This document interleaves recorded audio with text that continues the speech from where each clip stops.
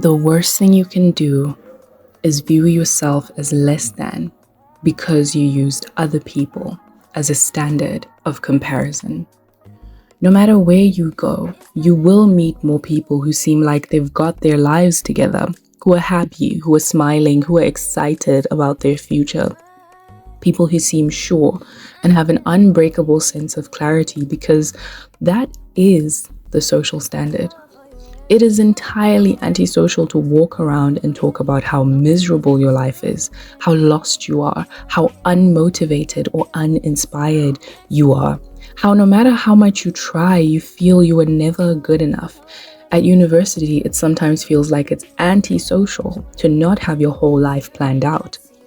This is part of the reason that fighting off comparison is easier said than done, because to be honest, between the two groups, you are more likely to compare yourself to the first group, the group who seem to have this unbreakable sense of clarity.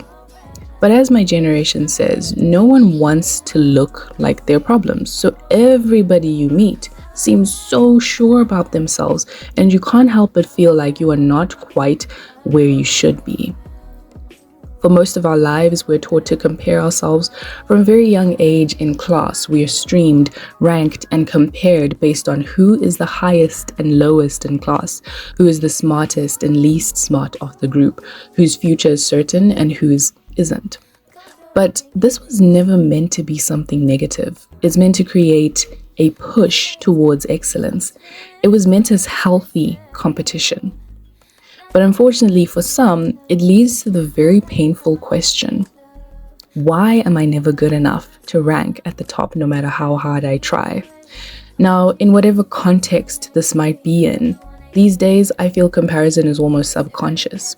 Sometimes we feel we have very little control over it because we only notice we're doing it when we actually are doing it. We grow up, we start developing our style, our interests according to people and the groups that we associate with.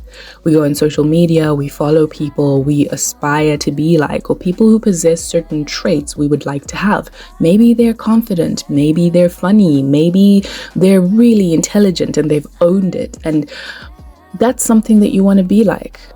But in this process, there is a continuous trend of identifying what they have and what you don't. This is the point where things can take a turn for the negative if you let them. This is where comparison can either breed growth or it can lead to a destructive cycle of disappointment and sadness. See, the thing is, comparison is a mindset, and one that you can change. If you look at it, you are not affected by comparisons that are invaluable to you.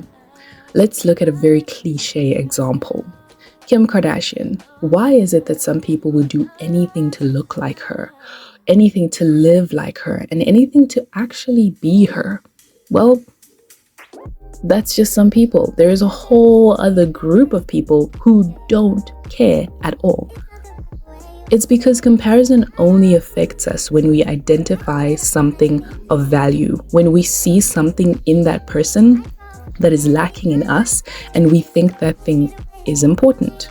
So instead of expecting to just switch off the button in your head that stops you from making unrealistic comparisons, realize that stopping this process is a process in itself. Firstly, you need to identify why you compare yourself to a certain person. Ask yourself, where is the value? What are you seeing in that person that is valuable to you? Is it their looks, their confidence, their popularity? Is it really valuable when you think about it? Does it actually matter? And in today's world, unfortunately, it's important to ask yourself, is it even real? The second thing you need to do is realize what that thing is and fix it. Now, I know that sounds destructive, but if you realize that there is nothing of importance, nothing of value, and nothing real about the comparisons you are making, then it means you need to fix something about the way you see yourself. Because aren't you fearfully and wonderfully made? Aren't you already accepted? If you do believe those things, then why are you not content with accepting that? You then need to reduce exposure to that thing, because if it doesn't serve you, you don't need it. Just like we do with our bodies, if we have an allergic reaction to something, you toss it out and you never look for it again. We need to treat our minds the same way. If you don't get positive or healthy benefits from that thing, get rid of it.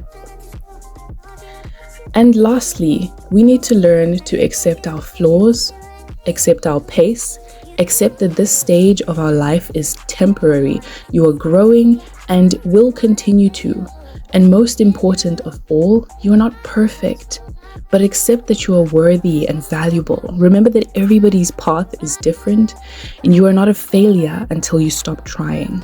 As long as you get up every day and stand on business, you are well on your way to becoming the person that you have always wanted to be.